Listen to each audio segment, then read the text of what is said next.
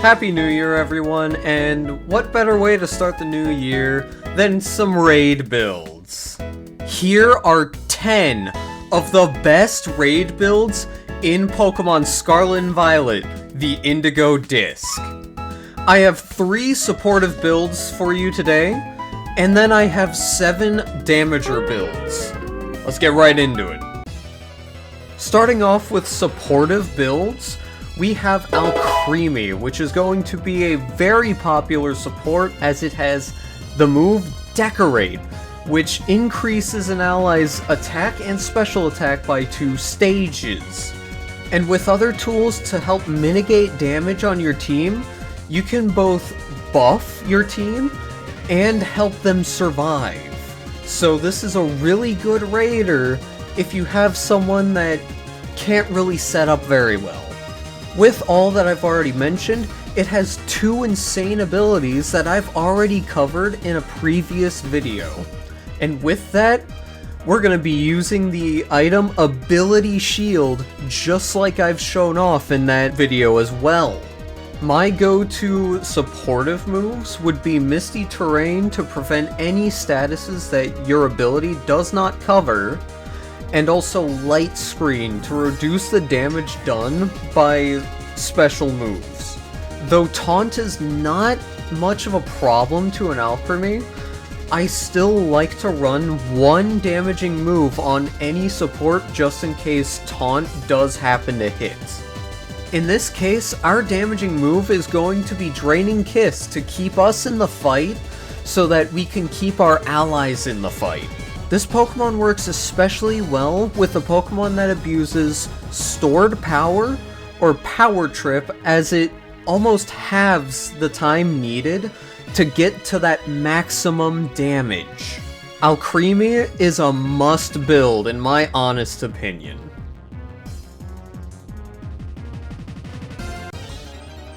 Next up on my list, we have Whimsicott.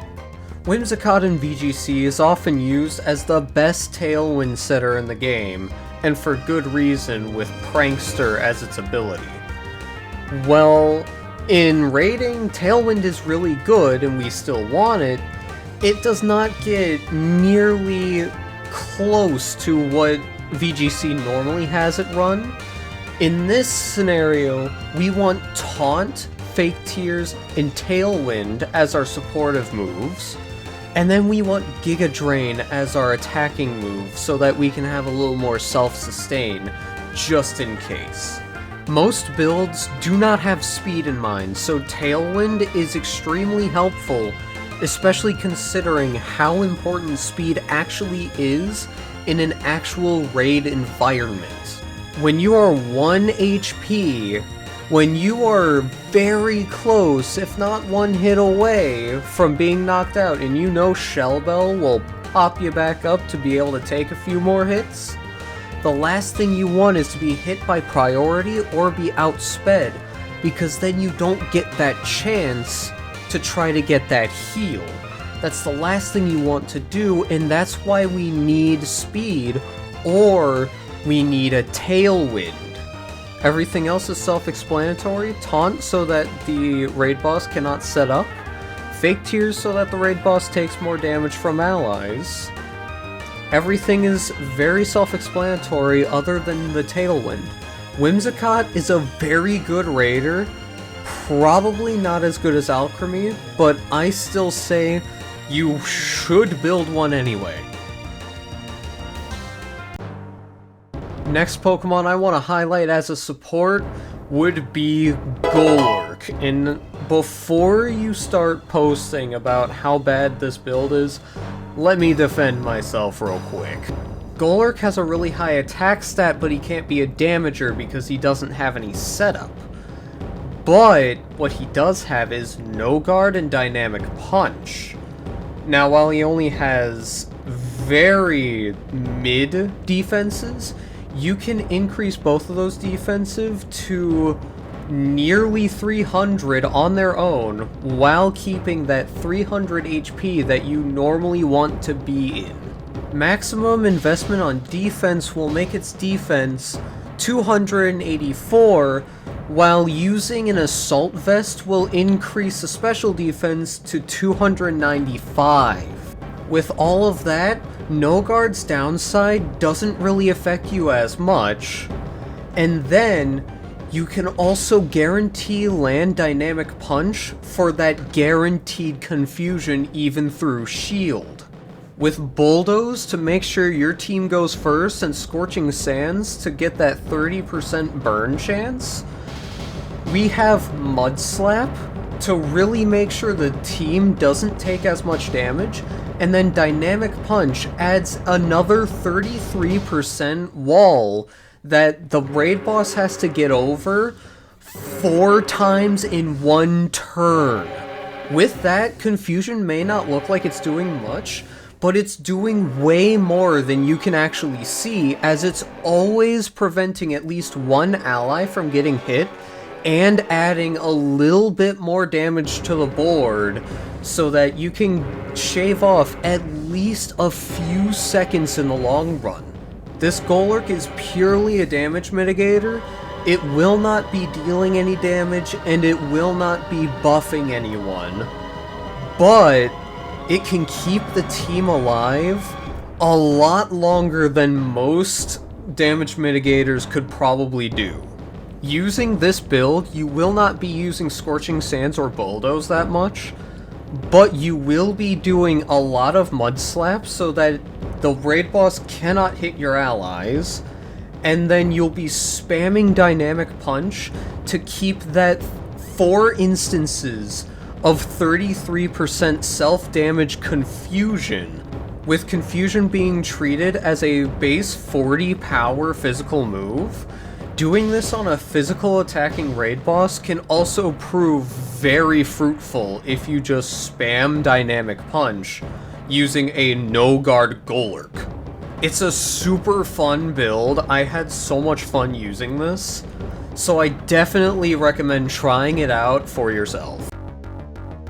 If you've been watching this whole video waiting for the next Iron Hands, well, here's your reward. I present to you Hitmonchan.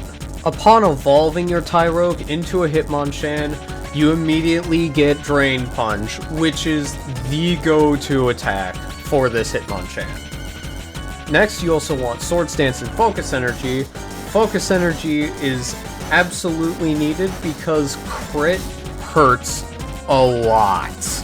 Swords Dance is also amazing to have, just because +6, you can't go wrong with more damage. And now, we don't use Shell Bell here because we already have Drain Punch. So what item do we use? Well, we use Metronome instead of Shell Bell, because then every time we use Drain Punch, our Drain Punch gets stronger, and then stronger, and then stronger, until our Drain Punch is doing 100% more damage. This build really boils down to just Focus Energy as an absolute requirement. Swords Dance, I've found, is actually pretty optional. All you have to do is Focus Energy and Drain Punch, and you win most of the time when you do raiding with this build. I found a lot of success with this build, and I actually found it really enjoyable to use as well, surprisingly, and I don't like Hitmonchan that much. So I definitely recommend this one.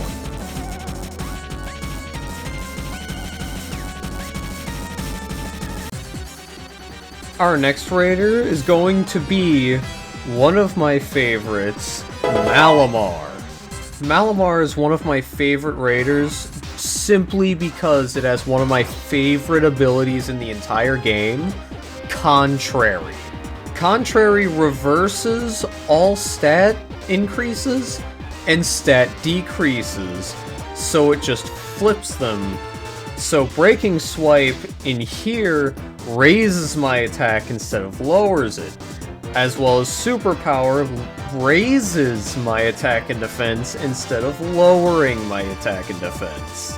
For this build specifically, we want to run Tera Blast with the new Stellar Tera, because when you use Stellar Tera Blast, Tera Blast increases to base 100 damage and lowers both of your attacking stats. And with Contrary, that reverses to raise your attacking stats instead. Psych Up and Topsy Turvy, you don't use those as much, but if you're struggling to keep your increases, but someone else in the raid has increases that you want, you can use Psych Up to copy them, and Contrary does not affect that. Topsy Turvy, however, if an ally gets lowered that they don't want, you can Topsy Turvy them into positive increases. Or if the boss goes +6 because someone's using a water move in the Storm Drain, for example, you can use Topsy Turvy to turn the raid -6 instead. Very simple build, very easy to use. I recommend it for everyone. The next powerful raider on my list is Excadrill. With this Pokemon, I have found two builds that work very well. First, the one I'm using, which is the top one, abuses Mold Breaker and is more of a generalist build, which is something you might want to use if you don't have very many raiders to fill in other slots. On both builds, we run Swords Dance to go +2 in attack, and we run Crush Claw for a 50% chance to drop the raid boss's defense by 1 stage, and then once we use that 3 times, we'll be able to Terrasilize and start doing the real damage. Where the build really differs is the ability and the move Sandstorm, because you can run Mold Breaker if you don't have anything to deal with Flying Terra or something with Levitate. Or if you do have something for that, you can instead run Sand Force and Sandstorm and only run either Earthquake or Iron Head as your solo damaging move, because Sand Force gives a great boost to your ground and your steel stab moves. For an item, we hold Shell Bell, and for the EV spread, I like to keep a general rule where most Pokemon only get into the 300s of HP, and you really want to have at least 200 defense to really take damage well. I've put 26 vitamins into attack, and then I put 13 into both defenses, because base Excadrill already has over 300 HP. They don't really need much more than that. Another amazing raider that I definitely recommend for anyone to build. My next big damage raider is going to be the starter from Kalos, Chesnaught. There's not much to explain here. This is just an amazing, and I mean incredible, body presser. He has insane defensive stats, and he's fighting type to get stab with body press as well. His hidden ability Bulletproof just gives him a few more immunities that he can make use of for specific raids. That's about it on Chesnaught. Just an incredible body presser. You already know the drill. You know Corviknight, you know Stonejourner. Since Chesnaught has stab though, I definitely recommend making this if you are into Chesnaught. New to the Teal Mask, and then new again in the Indigo Disk, we have Hydrapple. Hydrapple is a very, very strong Pokemon with a very strong signature move, Fickle Beam, which has a 30% chance to double in power, dealing more damage than Draco Meteor, but with no downsides. We're also going to be using Diplin's signature move, Syrup Bomb, because Hydrapple's a little slow, and as I've mentioned before, speed is everything in a raid sometimes. We also run Giga Drain for that recovery, and for item, you can really pick between Shell Bell and Metronome. I haven't had much luck getting that 30% on Fickle Beam, but I know when it does happen, it is huge damage. Very strong raider, one of my favorite new Pokemon, so I'm very happy with this build. And with that, I recommend it to all of you. Next up, Archaludon, one of my new favorite Gen 9 Pokemon alongside Hydrapple. Archaludon is very versatile. You can run many sets, you can run Body Press, you can run offense, you can run support. For this, we're running offense with Flash Cannon as our main damage, and Electro Shot just in case there happens to be rain on the field. We also have Focus Energy just to get that good crit, because that crit really, really hurts. And alongside Focus Energy, we have Metal Sound to make our damage go up even more. The ability Stamina makes Archaludon really good at Body Press, because every single time you take a hit, you go up one stage of defense. So with 2 turns going by, you can use those turns to Iron Defense, and then you get a free Iron Defense within those 2 turns just from Stamina. You can also run supportive sets with Archaludon, but let's be real, I have too many supports already in this video, so I'll make another video about supportive options as well. I definitely recommend Archaludon to anyone who hasn't already built one. My final raider on this list, to no one's surprise, is Serperior. As Serperior is my all-time favorite starter, I am happy to say this is probably one of the strongest raid builds you can get your hands on in the Indigo Disk. It's even got my favorite ability, Contrary, just as an added bonus to being my favorite. So Leaf Storm will actually increase your special attack by 2 stages every time you use it. And then, this is a perfect user for the Stellar Tera type, so that you can make use of that Stellar Tera Blast that we talked about earlier in the video. This insane raider also has Gastro Acid, just in case there's a problematic ability that they have to deal with, and Giga Drain, just so that they can stay alive with that already insane attack increase. Run Metronome as well, and this build snowballs so quickly into the highest damage possible, making it one of the most reliable and one of the strongest raiders, arguably, in this game. If you don't have one of these Serperior builds, you need to make one right now. It is way too strong to pass up on.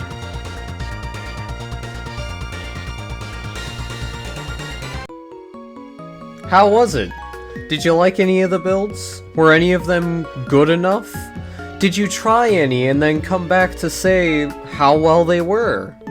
Either way, leave a comment below about what you like, what you might have not liked, and what I might have missed for a future video. While you're at it, consider liking the video. It helps out a lot. Also consider subscribing to the channel. That also helps me out a lot. And if you really like my content, you can ring that notification bell so you are informed every time something happens on this channel.